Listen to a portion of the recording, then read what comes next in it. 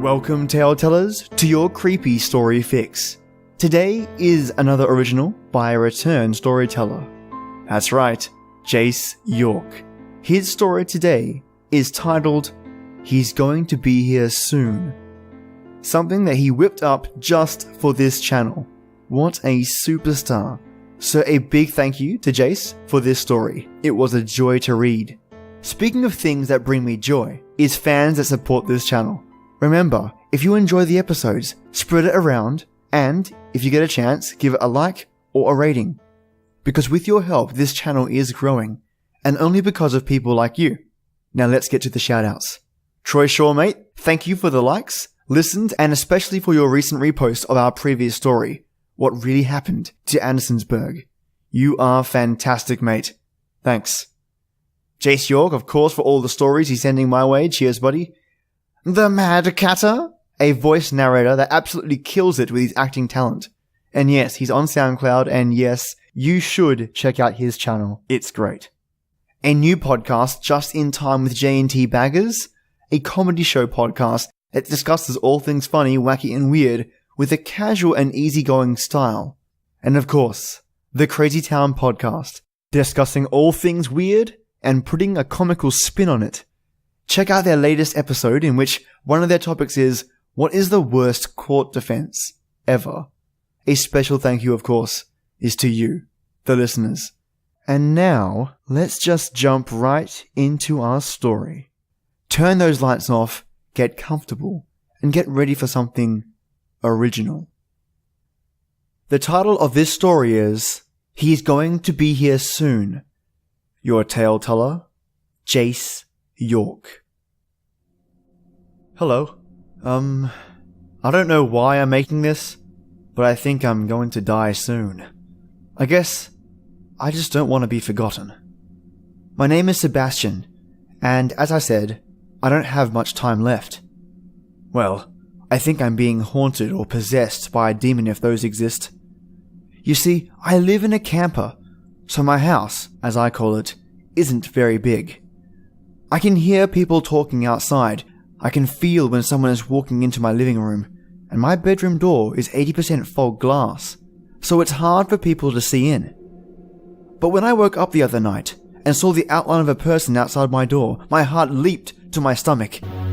My first thoughts were, did someone break in?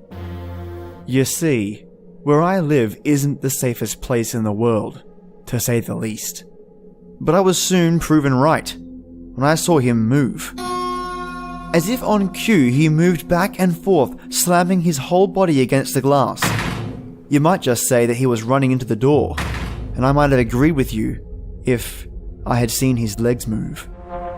His lower half never moved an inch to let me know he was moving back and forth. His arms never moved by choice either, as he wasn't hitting the door with his shoulder.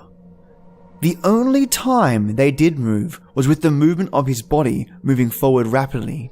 That's when I noticed he was cracking the glass, little by little, every time he hit my door.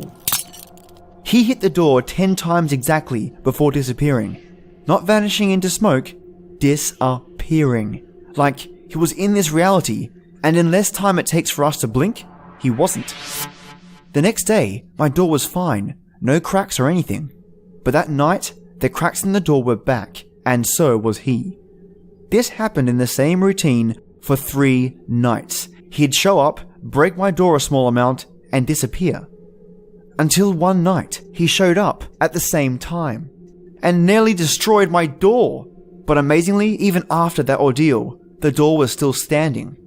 There was one night though, that he just stood at my door and paused for a few minutes, before leaning back and slamming his head through the glass.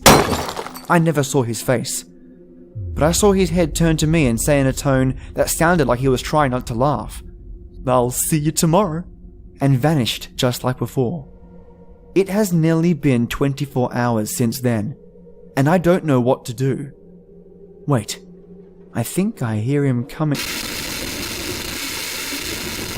I told him I was coming to see him. This was fantastic. Short and sweet, with a very telling ending.